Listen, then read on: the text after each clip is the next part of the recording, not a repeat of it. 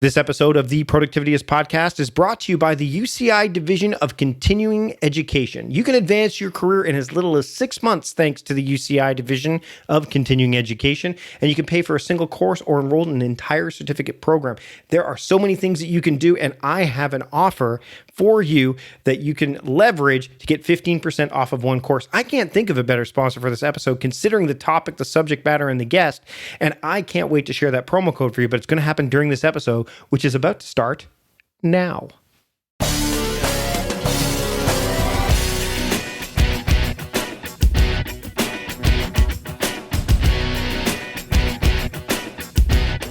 Welcome to the Productivityist podcast. I'm your host, Mike Vardy, and this week on the show, I am having a conversation with somebody who I've wanted to have a conversation with for a long time. His name is Scott Young, and Scott is a fellow Canadian. He is in Vancouver, British Columbia, Canada, just a ferry ride or a short plane ride away. Scott's a writer who undertakes interesting self-education projects, such as attempting to learn MIT's 4-year computer science curriculum in 12 months and learning 4 languages in 1 year, which makes him qualified for this book that he's got called Ultralearning: Master Hard Skills, Outsmart the Competition, and Accelerate Your Career. We cover the gamut during this episode. We talk about the different things that you need to do in order to become an ultra learner. We talk about our common interests in productivity and time management. It's a really great discussion, and I'm really happy I'm able to bring it to you today. So without further ado, here's my conversation with Scott Young here on the Productivityist podcast. Enjoy. I'd like to welcome Scott Young to the Productivityist podcast. Scott, thanks for joining me today. Oh, thank you for having me. So what's been great about this whole opportunity to kind of before we got on the call, the recording, was we had a chance to get to know each other. And again, this isn't the first time this has happened, but 2 Canadians sharing a podcast today. And really close together too, because you're in Victoria and I'm in Vancouver. So yeah, you're literally the closest guest that I've had on the show that has not been in my actual office recording with me. I think Paul Jarvis has been like the closest, and that's about it, because he's even closer.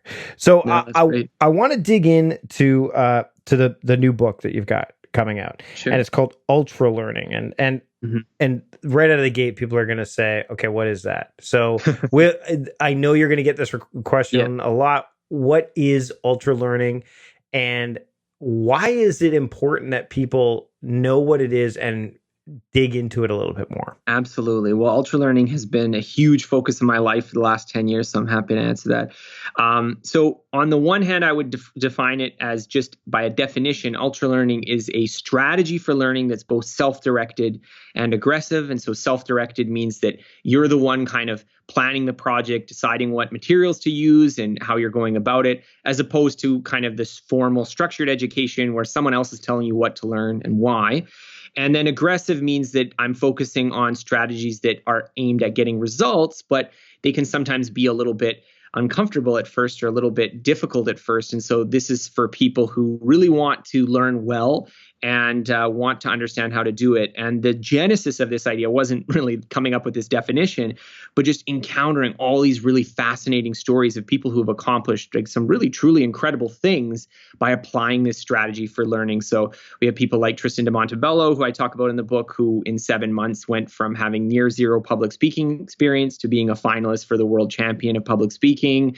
Eric Barone, who spent 5 years mastering every aspect of video game development to release a best-selling video game where he sold millions of copies.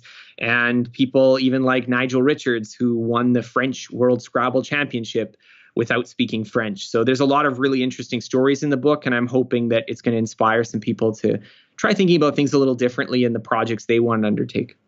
So the term just-in-time learning has come around many, many times when it comes to people who want to kind of dig into, like they want to just adopt something. How does someone go from that to ultralearning? Because I think that would almost be and you talk about experimentation in the book. So I'm almost wondering, is when someone is trying, like, say, so for example, I'll use myself as an example. I'm starting to do chalkboard lettering. because Okay. with the time crafting branding that I'm working on and stuff like that, I think that that's going to bode much better for me than to use, say, whiteboard. So I'm like, this is something that I want to be identifiable with. I've gone to Michael's Superstore, like all the chalkboard stuff. I've bought books.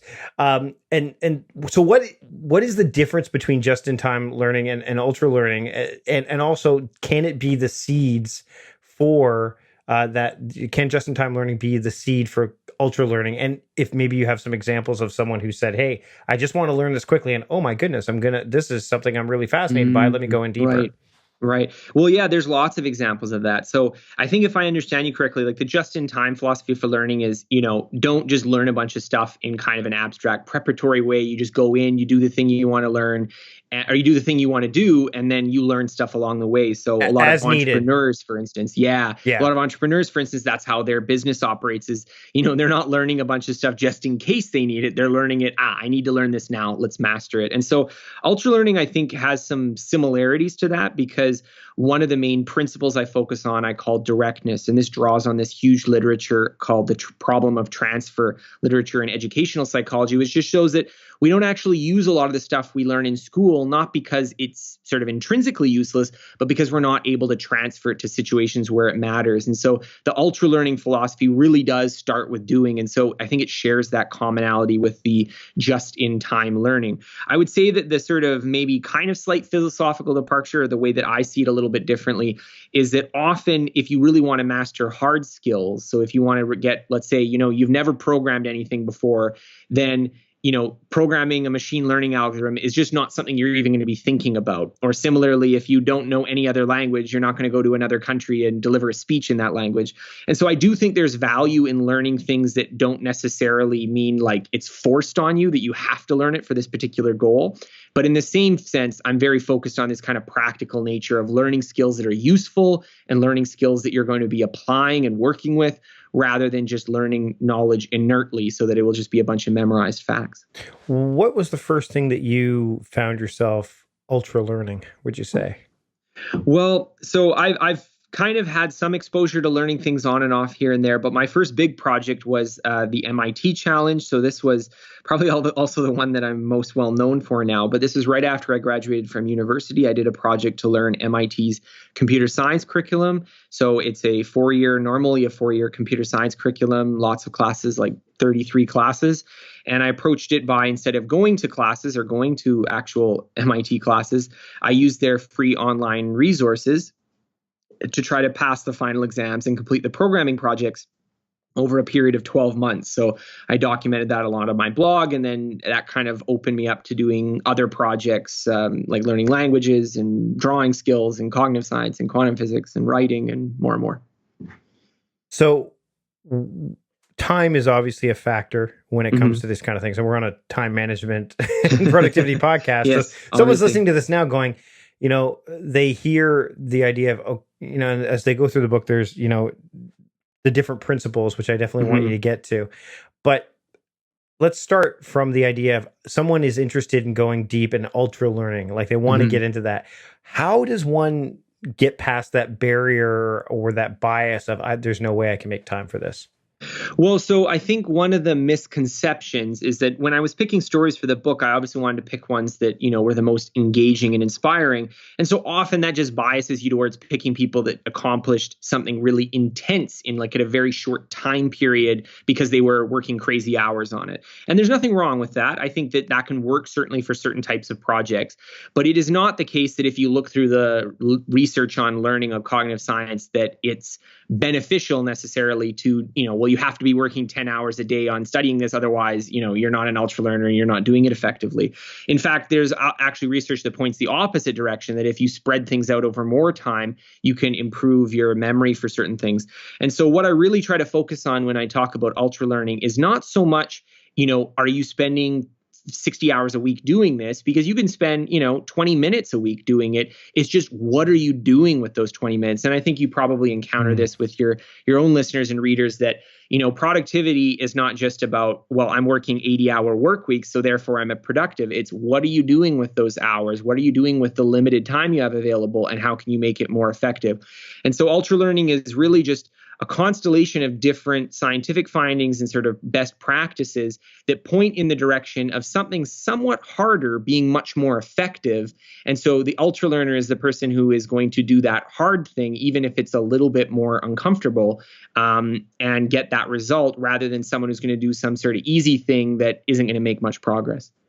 So as I go through the book, there are 9 principles to ultra learning. I'm not going to ask you to reveal them because I want you to buy the book. No, you can talk but, about. Well, no, but I actually want to know which one yeah. is the one that you found personally, or that you find maybe that others have found to be the most challenging of those principles to adhere to and stick with.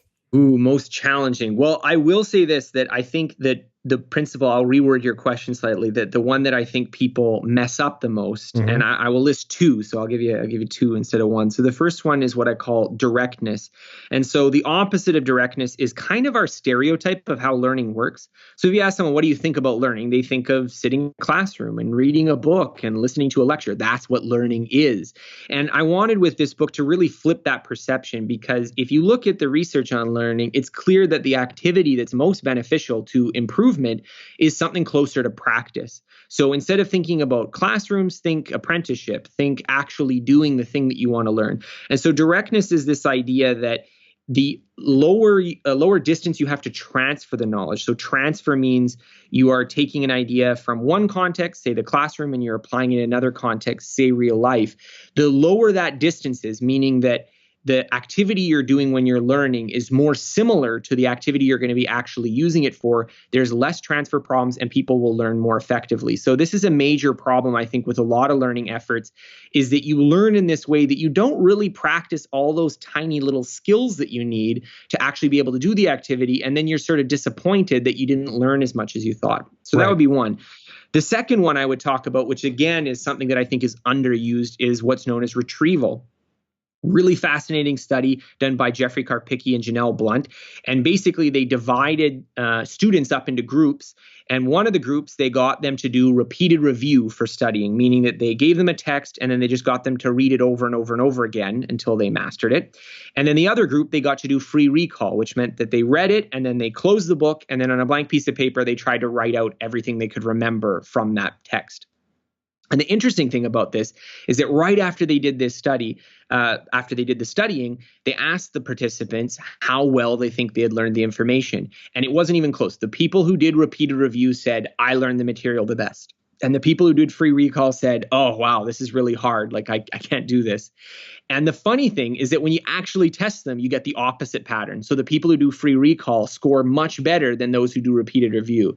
And it's so funny because when you look at students and how they typically study, what do? They do repeated review. They look over their notes again and again and again, trying to memorize it, when what they really should be doing is something closer to free recall. Now, this applies to a lot more than just students, but retrieval is also, again, one of those principles that I think is not that commonly applied. And it fits into this kind of picture of ultra learning, of doing something slightly harder, in this case, recall, to get much more effective results. Now, what I love about, as you go through the principles in the book, is there are several tactical approaches you can take for within these principles, right? I found that really important because I think what happens, and I want you to speak to this for sure, is that when people hear about things like I'm not gonna, I don't think you put ultra learning in a box, but when they hear, like, oh, this is intense, right? Therefore, there must be only one path. You've provided several paths for people to, kind of work within these principles, right? And why did you feel that was important to illustrate? So it's actually the opposite. So when I was, as I said, again, the genesis of this book was that I was interviewing these ultra learners, and kind of like, as you said, there isn't one approach to doing this. So the reason I had to do it with principles is just because, if you look at learning tennis or violin or quantum physics, there are going to be some similarities. But if I broke it down into step 1, get this book, step 2, read this, it's going to be wrong, or it's going to be so complicated or abstract that's going to be difficult to apply. So the right way I wanted people to think about learning is, look, these are some general principles that are nearly always true. Sometimes they trade off against each other and you have to make balances, but for the most part, they work together towards an effective approach for learning. And then here's some tactics. Here's some ways to start thinking about applying it. And yeah, sometimes those tactics will work really well for quantum physics and not so well for tennis, but that's okay. And so for me, studying these people who are the ultra learners is really like what you said, that there's just a lot of different varied methods. There's even within the ultra learners, I say there's different like camps. So there's groups of people, for instance, they're like super into mnemonics and that as a strategy for learning. And then there's other people who are like really into spaced repetition systems. And there's other people who, they eschew all of those things and they focus on other methods. And so it was really interesting for me to see how all these different approaches simultaneously applied the same principles, but also showed that, this isn't a one size fits all endeavor. It's really just about how you can get equipped with the tools to do things your own way and do it more effectively. So it's definitely not just one way to do everything. Meal planning is important because it prevents us from being a disappointed wreck when dinner time comes around and we have no clue what to make, or even if we have the ingredients to make the meal. It's a time and a money saver, but most importantly, it frees up valuable brain space. Creating a meal plan prepares us for the week to come and gives us peace of mind that we're organized and can feed ourselves and our family. That's why I do it, and that's why Plan to Eat helps me do it. Your subscription includes access to the Plan to Eat website and fully featured mobile apps on iOS and Android. And Plan to Eat gives you the tools to clip and organize recipes from any website, the ones your family loves and that fit your dietary preferences and needs. And you can create a meal plan around your schedule. Then what happens is the Plan to Eat software automatically creates an organized shopping list based on your plan. So sign up for your free trial at plantoeat.com/timecrafting. That's plantoeat.com/timecrafting. The coupon will be automatically applied to your account and can be used when you're ready to subscribe. It's valid for new customers only. Give Plan to Eat a try today. It's time to take a break from this discussion I'm having with Scott to talk about our sponsor, a very fitting sponsor for this episode of the podcast, the UCI Division of Continuing Education. Now, the University of California Irvine Division of Continuing Education, or DCE, was established in 1962 and has served the lifelong learning, very key point, and career development needs of individuals, organizations, and the community on a local, regional, and global scale. Now, that is really, really important because no matter where you are, you can take advantage of what the UCI Division of Continuing Education has to offer. There's courses and certifications taught by industry practitioners in a wide range of categories, from business and leadership to tech to law, human resources, so much more. 60 convenient certificates and specialized studies programs on campus and online designed for the working professional. And again, considering what Scott and I have been talking about and the fact that he is into ultra learning, the UCI Division of Continuing Education is a great place for you to become an ultra learner or to live up to that ultra learning development or mantra that you want to adhere to. The UCI Continuing Education programs can help you gain an edge in your career. You can make a career transition with them, or it simply help you become more knowledgeable, providing you with the flexibility to stay on top of your game in your current role while preparing you to level up. And there's open enrollment, which means there's no applications to complete. You can just log in and sign up, and you can pay for a single course or enroll in an entire certificate program, depending on how much ultra learning you want to do, and you have full control over your academic plan. And advance your career in as little as 6 months. The 100% online courses offer convenience and flexibility. I'm big on both of those, especially when you talk about time management and productivity. And they offer a real immersive online classroom experience, which will help you with that ultra learning. And you can even have collaboration with your peers and work with other people who are ultra learning as well. I don't want you to miss out on this offer. This is a perfect place for this sponsor, the UCI Division of Continuing Education, to be, because the fall quarter is coming up. And if you want to be an ultra learner, registration's open now. You just need to visit ce.uci.edu/productivityist and then enter the promo code timecrafting, and you'll get 15% off of one course. So once again, that's ce.uci.edu/productivityist and then enter the promo code timecrafting to get 15% off of one course. You're going to want to do this soon. If you're listening to this as the episode drops, you got plenty of time. But if not, The offer is only valid until December 31st, 2019 at 11:59 p.m. So start that ultra learning today and take advantage of this offer that the UCI Division of Continuing Education is providing to Productivityist podcast listeners like you. I'd like to thank the UCI Division of Continuing Education for sponsoring this episode of the program. Now let's get back to the show. Let's shift back to the principles again really quickly to discuss maybe the one that seems to be, and I know you've listed that they are listed in order, but which one is kind of like almost the springboard or the gateway where people have maybe not the aha moment, but some of those biases they might be facing, they aren't as strong there that you can kind of break those biases to a certain degree. Right. Well, I think all of them are important. And I think I just mentioned two of them, this directness and retrieval, that I thought like those are definitely examples where, I was even digging through the research and I even guessed wrong when I thought what the outcome of some of these experiments would be. And so for me, I think the springboard, the starting point, is the first principle, which I call meta learning. So for those of you who are not too familiar, meta is usually a prefix that describes when something is about itself. So meta learning is just kind of a fancy way of saying learning how to learn. And in this case, one of the things that's important is that for many of us, we spend our whole lives going through formal education where someone makes all the decisions for us. And so when you start doing a self-education project, or you start doing something where you're the one kind of in charge and dictating things, it can be kind of scary because you're like, well, I have no idea how to learn this. Everyone's always been just telling me what to do, and I don't really know how to learn or figure these things out on my own. And so meta learning is this sort of approach to researching the skill in question. So, you can spend a couple hours Googling what's the best way to learn it. You can start to identify obstacles, resources, materials, and that kind of little bit of investment can often pay huge dividends. So if you want to learn to program and you just pick up the first book you find, you may get a really good book, but you may also learn something that's not that relevant to what you want to do. Whereas if you spend a couple hours just looking online, what are the different ways to learn to program? What are the different things that I can apply it towards?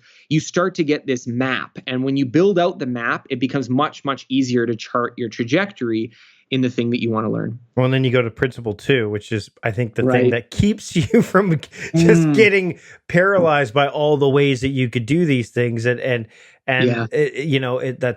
focus, right? And I've chatted with Chris Bailey on the show before. Again, another Canadian who's got hyper focus, and he pun totally intended, focused on focus in his most recent book.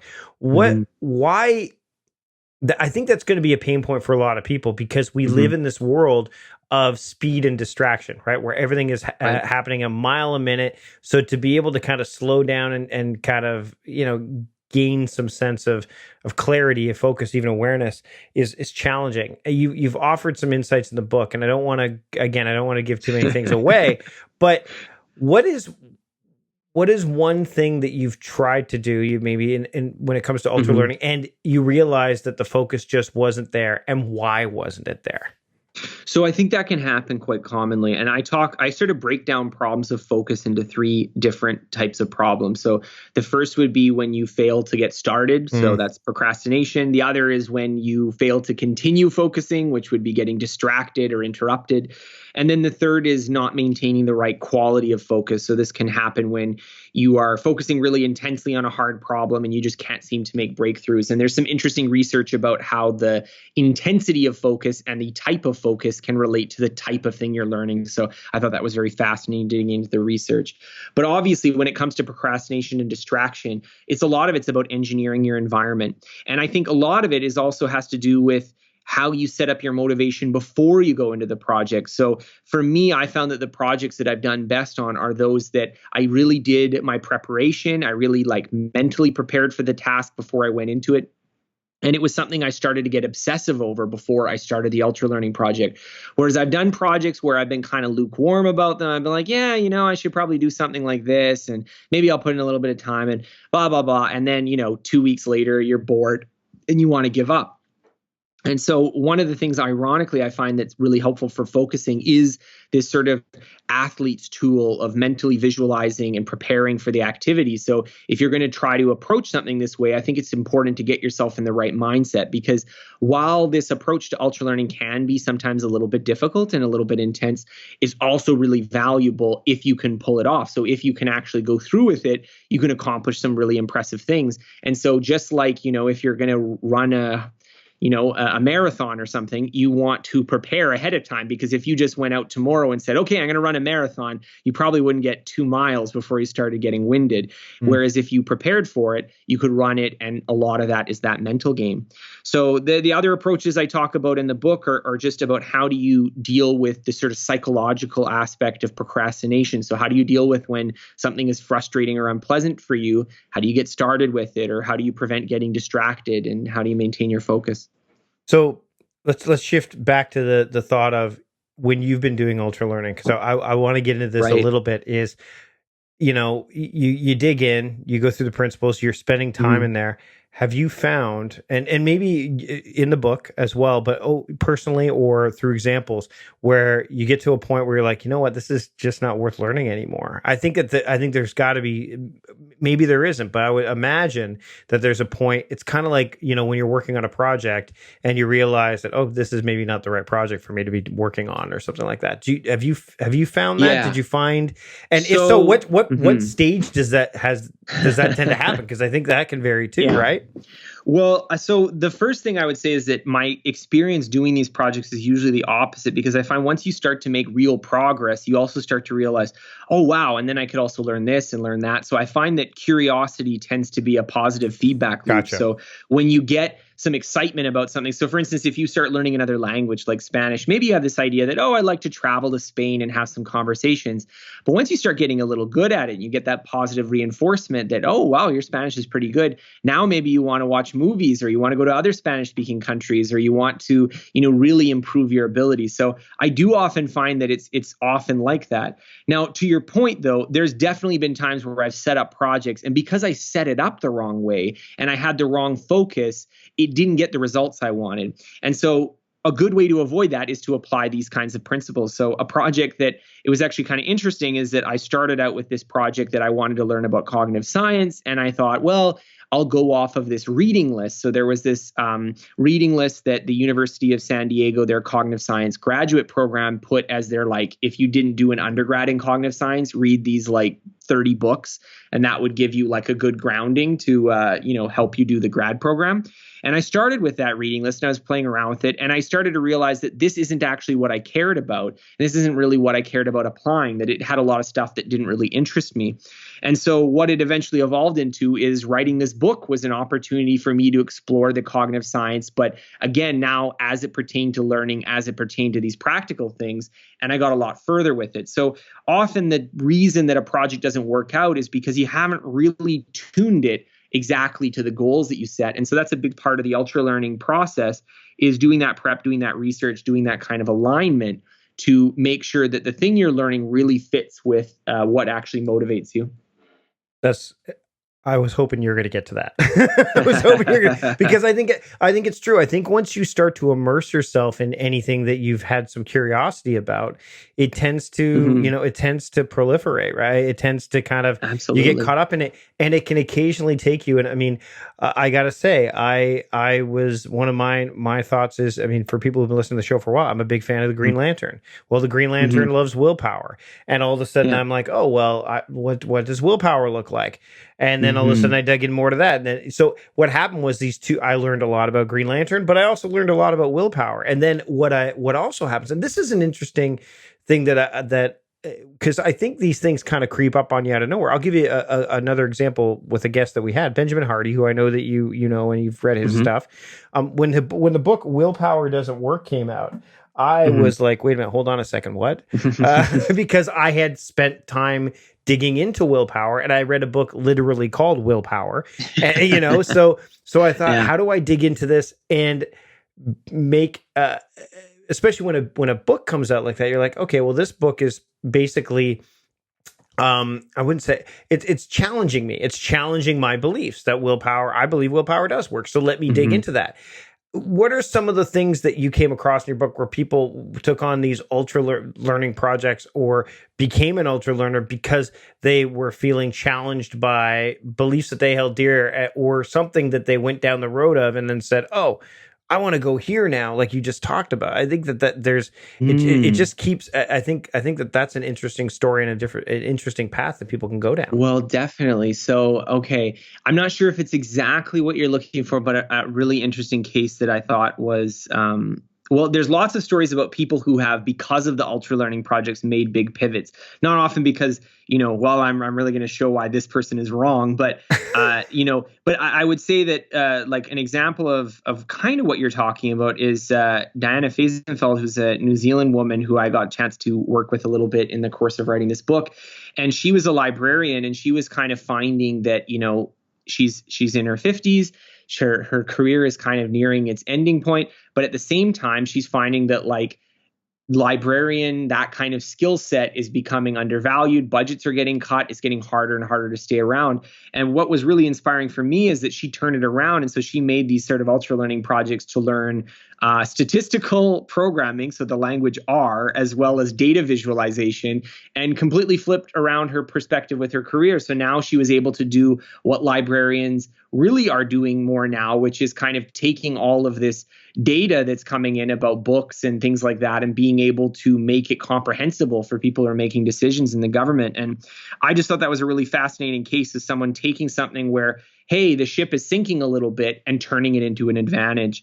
And the stories of people who have just exploded with skills, like, I mentioned Tristan de Montebello and his world champion win, but he really went into it with, I'd like to learn some public speaking. And now doing public speaking consultancy is his full-time career. So it completely changed his life in ways that he wasn't expecting. Yeah, as we're going through this, I was thinking about my start with my journey, and I know it's. Before I started doing productivity, I was doing productivity parody. I was taking my comedy knowledge and apply, and I had, for those who don't know the story, I was watching the edition of the Colbert Report, and I thought, and I was trying to balance all these things up. I'm like, I'm studying these productivity things, and I dig deep. Like, I was looking at things like the Time of Your Life program and all that stuff, Tony Robbins stuff, and eventually I meshed those things together. So it's very, like, similar in that when you go, you can marry those interests. I think Yeah, I think absolutely. that so why does this book matter now more than ever before? Because I think that there's definitely a place for it. And even when people say they don't have time, I don't have time, I can't make time, this book matters. Why does it matter? So one of the things that I looked into was looking in some of the kind of general trends that are going on in the world. And one of them is that, well, we all hear about inequality rising, particularly in the United States, but this is also true of Canada and other developing countries. And the MIT economist David Autor has studied this and finds that there's actually a little bit of a more nuanced picture than that. So what is happening is an effect he calls skill polarization. So what's been happening in the economy is not just inequalities rising, although that is true, but rather what is happening is that at the top end of the income spectrum, we're seeing inequality ballooning, whereas at the bottom end, there's actually a compression going on. And so what you can kind of imagine that being is, if you imagine the income spectrum and you just take the middle and you just sort of push it out to the two extremes, that's kind of the right way to think about it. And if you think about what's going on with computers and automation and AI and everything that's going on with technology these days, it kind of makes sense that professions that used to exist and gainfully be employed, like bookkeepers and travel agents and librarians and these kinds of medium skilled work, are starting to become less valued professions because we have software to replace a lot of those roles. So when you had to do bookkeeping with a pencil and paper, you needed a lot more bookkeepers than when you had Quicken or some of these other softwares. But at the same time, this hasn't been the case that, well, jobs have just disappeared. New jobs have arisen, but they tend to be more complicated and more difficult. So they require being an expert at Excel rather than just knowing how to use a pencil and paper. And even existing professions that are in the higher skilled category are getting more complicated, more technologized, and more difficult to do. And so the ultra learning paradigm I want people to think about here is that a lot of our assumptions about how you need to do things to succeed are based on a generation that just really the reality no longer exists like that. So it used to be, okay, you get a college degree and you go work your job, and just the things you need to do in your job are enough to stay ahead. And now I no longer believe that that's the case, that what's happening is you get on your job and you're learning your entire career or you're going to become obsolete. And so really ultralearning is not just some frivolous activity for people who have lots of time on their schedule to learn useless skills. This is an essential survival tool, and indeed a thriving tool to get ahead and actually succeed in this new world of work.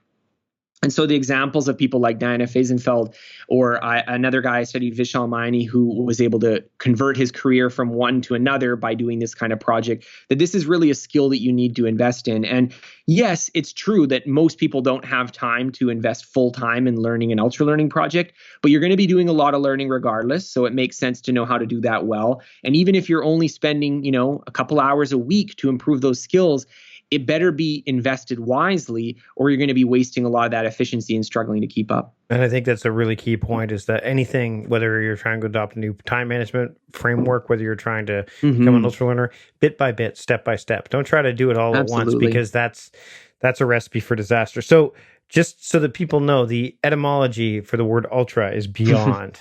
Beyond is or extreme. We'll go with beyond, but it could work both ways.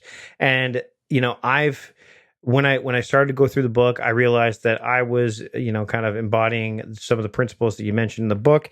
And it's a fantastic read for people who are familiar with your work. They're gonna really dig it. And for those who aren't familiar with their work, it's really well written. Thanks. There's lots of great tactics in there, and I can't recommend the book enough. Ultralearning, master hard skills, outsmart the competition, and accelerate your career. Scott, and by the way, a foreword by James Clear, who's also been on the show. And there's a guy who has said, bit by bit, step by step. If there's anybody that said that, it's James, right? So there you go. Anything that you want to close out with that people could they're ready to start. They're going to pick up the book. When they pick up the book and they start to go through it, what's one message that you'd like to convey as an author, vocally, so that they can, start this journey in the best way possible? Well, I picked the title of Ultralearning to hopefully inspire some people, but I know for some people it might sound a little stressful or scary. So the main thing I want to say, and I think you brought it up so brilliantly before, is that this is about improving a process that you're going to do every moment of your life. So learning impacts every facet of your life, even if you never step into a classroom again. And so I think it makes sense to understand that process, and I believe this book will help you do it. Where can they pick up the book, Scott? So they can get it at any major retailer, Amazon, Barnes & Noble, for the other Canadians, Indigo. It will be available online, and hopefully also in as many bookstores as will stock it. But of course, that also depends on people reading the book. Scott, thanks for joining me today on the Productivityist podcast. Oh, thank you for having me. So happy that I was able to have this conversation with Scott. You can check out everything that we had to say in terms of the relevant links and some of the key takeaways. Just go to productivityist.com/podcast256 to make that happen. And again, if you want to make sure you don't miss a single episode, right in that URL, there's going to be a player, and you could subscribe to the podcast right from within that player.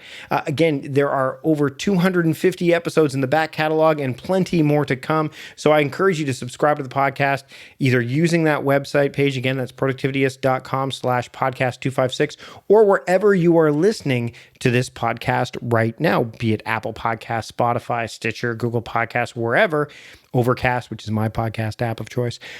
Wherever you're listening to it, don't miss a single episode, and be sure to check out the back catalog that we have. There's a lot of learning to do, and a lot that you can do, ultra learning, especially by just binge all the episodes. There you go. There's some ultra learning there. So I encourage you to check that out. Big thanks to Scott for joining me on the show today. Big thanks to our sponsor for this episode, which is the UCI Division of Continuing Education. Remember that fall quarter is coming up and registration's open.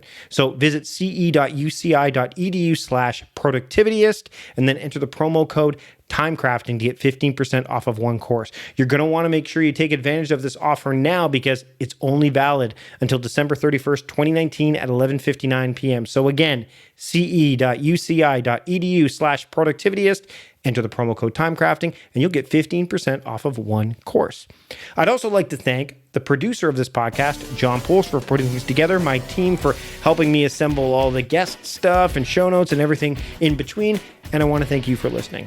Until next time, I'm Mike Vardy, the host of the Productivityist podcast, reminding you to stop guessing and start going. See you later.